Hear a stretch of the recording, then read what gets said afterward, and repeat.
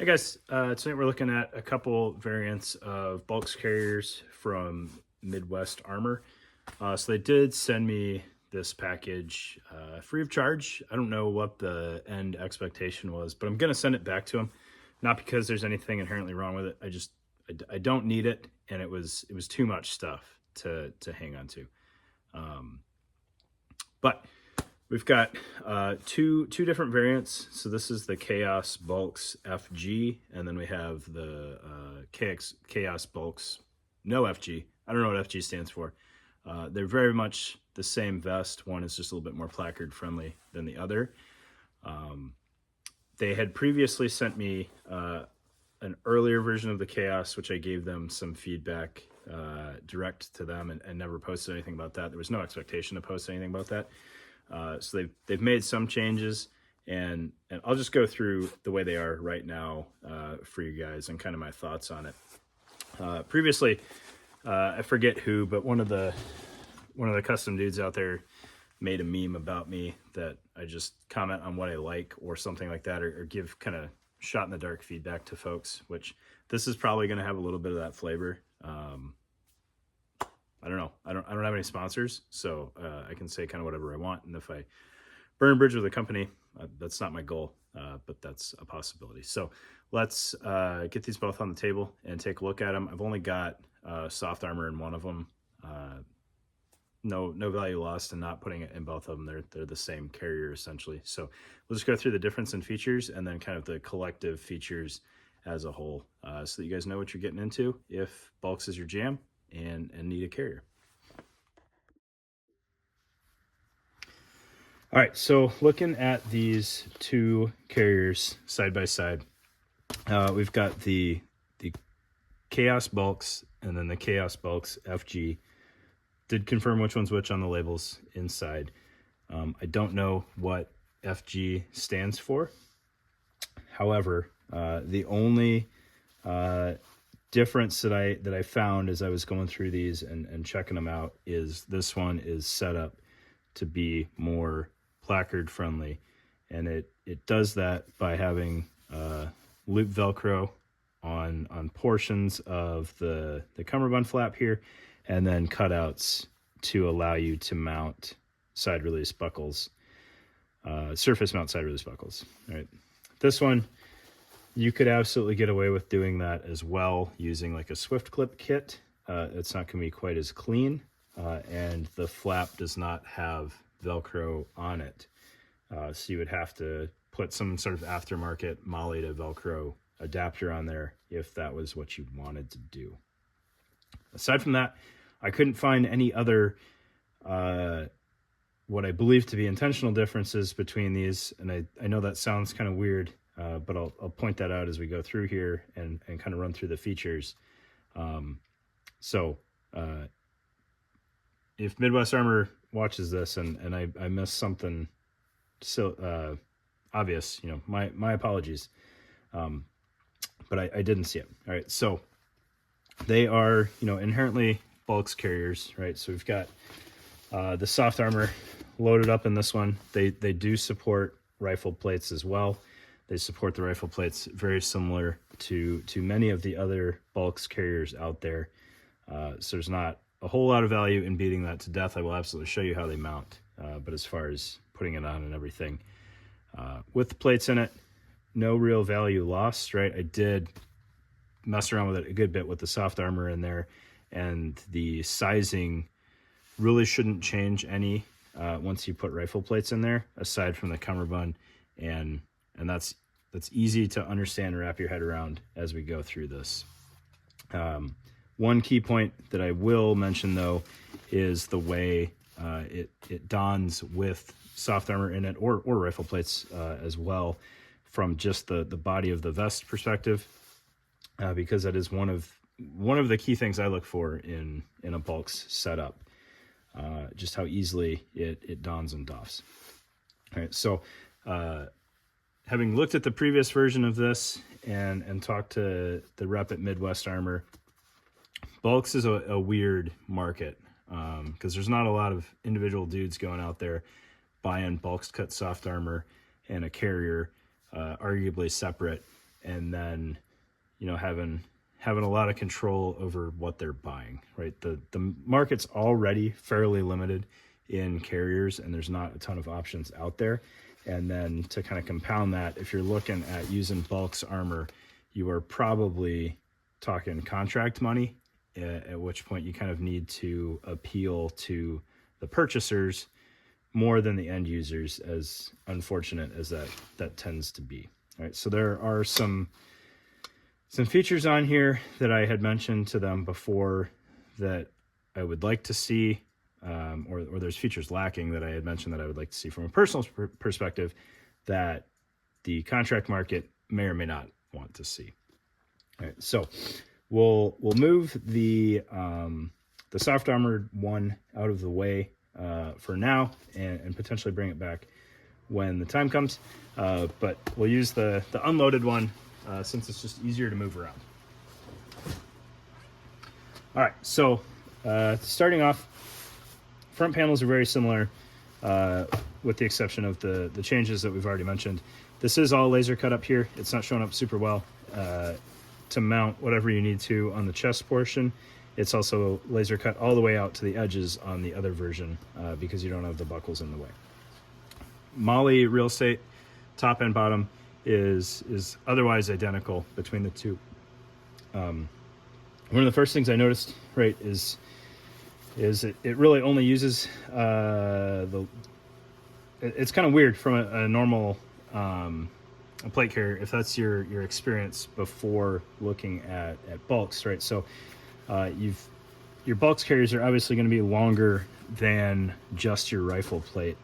But the interesting piece here is the way it's set up. Kind of everything is a little bit lower than it would be otherwise on a plate carrier, right? Because your plate's still going to ride all the way at the top of the pocket, but where you would normally have that Molle bib kind of all the way up to the top, and then your rifle plate's mounted on the bottom edge of the plate, your rifle plates actually end up, or rifle mags, or whatever you load here, ends up being a little bit lower on this one, which I don't think is a bad thing, right? If you typically have ATAC or something mounted on your chest, when you mount it on this one, it's going to be a little bit lower, and you're going to have a little bit less hunch trying to access that. What's unfortunate, though, is you've got kind of this wasted space up here where you would have a rifle plate. It would have been nice to see this shifted up a little bit more to create some separation between whatever's mounted on the chest and your rifle mags. Right? I don't think trying to raise this piece up any would have made a lot of sense, even though it would have kept everything on the plate proper. The bottom would have just been lost real estate, essentially. All right. Not as important on the non kind of placard friendly vest as it is on this one. Personally, I would have liked to see them, and I know this is probably a contract decision, go full placard friendly and just remove the cummerbund flap here. And there's a couple reasons behind that. One, the Velcro interface is not really ideal for mounting a placard. You're losing half your continuity there, and it's not going to mesh as well. And then two, and this happens on almost every BALCS carrier that I've ever seen, the cummerbund flap ends up wrapping underneath, which one makes it difficult to don or doff, because now this is kind of tucked up against your body, and you really want your BALCS rig kind of tight to keep it from moving around on you. So now you've got to kind of wiggle this under your vest and around your torso and everything. But it also makes it not friendly to danglers at all.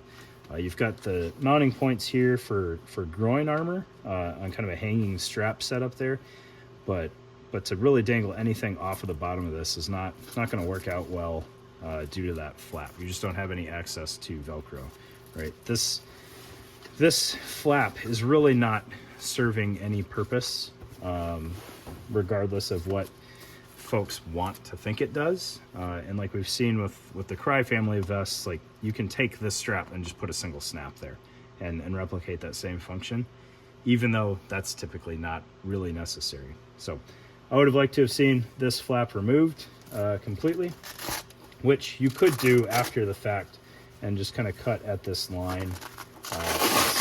one of the benefits of this newer material is these things are typically pretty friendly against fraying, and if you had to, you could seal that edge back up. So you could cut that off. I would just like to see it not there in the first place. The other piece to this is it's cut fairly wide. So you've got your 6 columns of to spec moly here, and then you've got another 1/2 inch or so of flap, which kind of forces you to push these tubes out further, and it starts interfering with the pockets on the wings here. So get rid of that flap. It gives you more room to play with your Velcro underneath, and it gives you better continuity for your placard mounting, right? Like, we've got a good bit of Velcro here. Just slap your placard on there and be done with it. And if you needed to appease the contract gods, like, just give it a moly placard that ships with it. I don't know. That's obviously personal preference, but it's worth noting.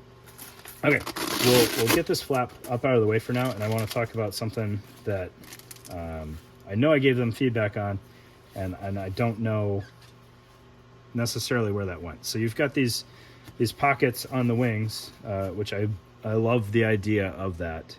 It's wasted space otherwise, and it appears to be cut for M4 mags. However, on this one, I can't get the M4 mag in very well on the inside piece. On the outside piece, it kind of fits. It's very, very tight.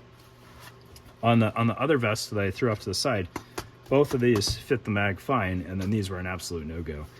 So there seems to be a little bit of consistency errors there. And I think they wanted to kind of split the difference and give you 2 equal size pockets, but really, like, game it and give me either a mag size pocket or a radio size pocket, and then just kind of whatever's left is there, right? Maybe it fits a pistol mag, maybe it fits a baton, but I would rather one pocket very intentionally fit something that I'm going to want to put there versus just having kind of an available pocket, right? Like, we could drop, a flashlight into those pockets or a pistol mag into those pockets, and it's going to be retained fairly well. Or you could throw like some flex cuff, handcuff setups in there or something.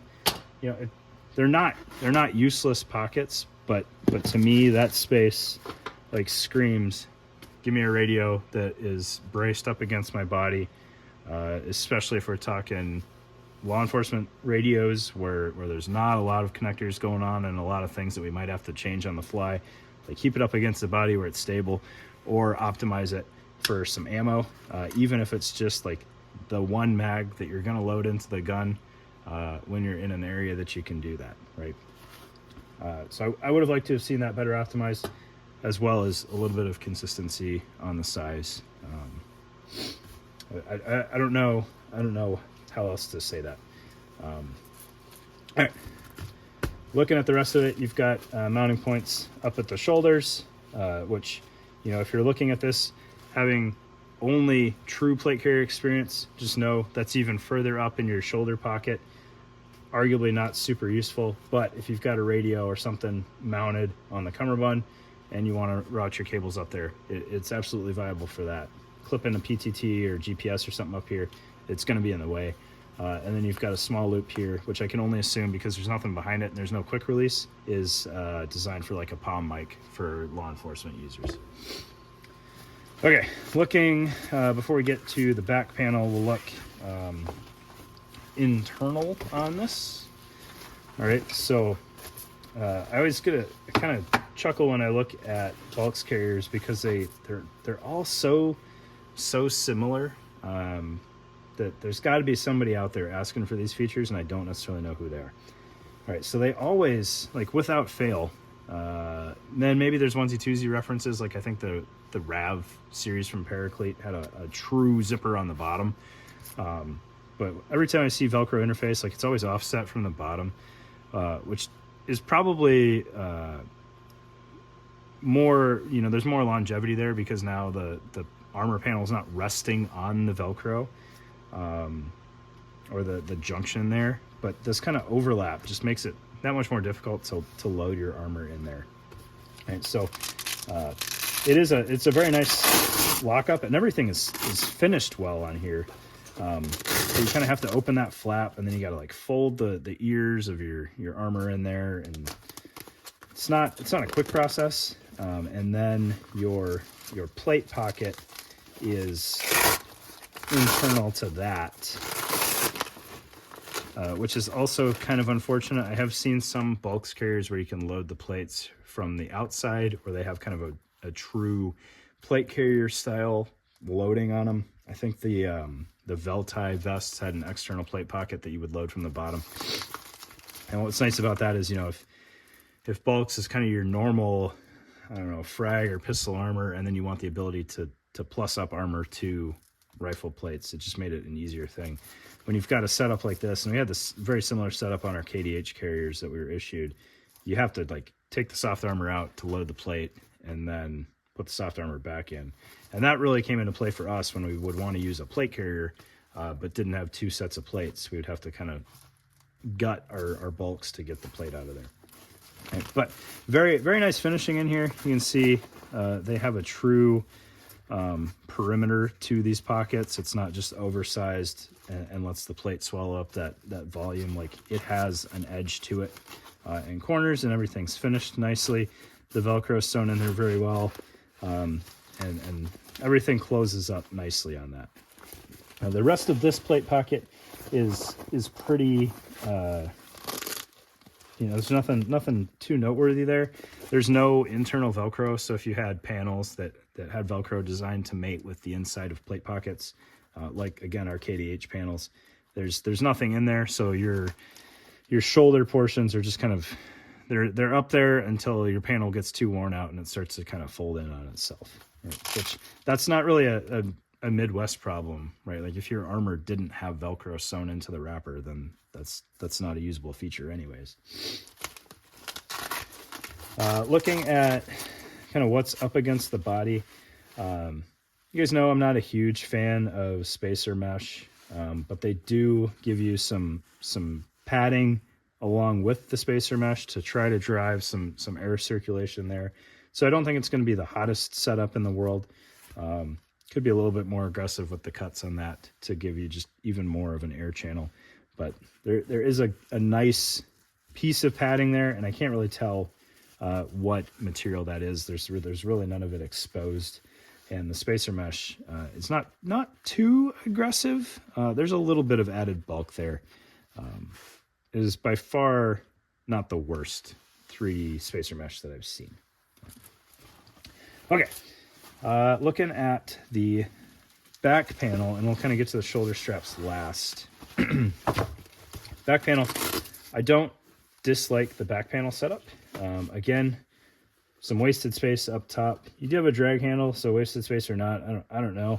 I don't necessarily feel like I need a drag handle, so again, this is kind of forcing everything to ride a little bit lower than it would have to. I would like, especially on a BALCS setup, the ability to push hydration carriers even higher to make some of those really long bladders happy, right? There's plenty of pockets or pouches still built to this day that are designed for the back of a plate carrier that end up hanging below the plate carrier. And on a sappy footprint, that makes sense. Like, you've only got so much space to work with, but when you have extra space to work with, I would like to be able to use it. All right. The cummerbund attachment is very easy to get to. You just open up this flap. Again, more flap than is necessary, but you shouldn't have to use this one real time. So lift that up out of the way.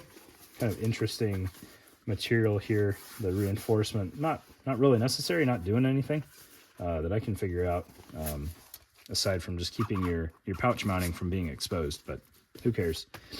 And then your cummerbund is pretty easy to set up. So I loosely lace this in here for trying on sizing and whatnot. But you've got routing loops. So you set this up very similar to the way that you tie in like a Cry skeletonized cummerbund. You've got your shot cord, just loop it through and weave it however you want. And that gives you your mounting. And then I would assume the elastic is to ideally keep any excess cord secured. All right, so lifting that out of the way to kind of show you the rest. Nothing else crazy going on there. You've got some covered up Velcro here. So this Velcro is available to tie into the front panel.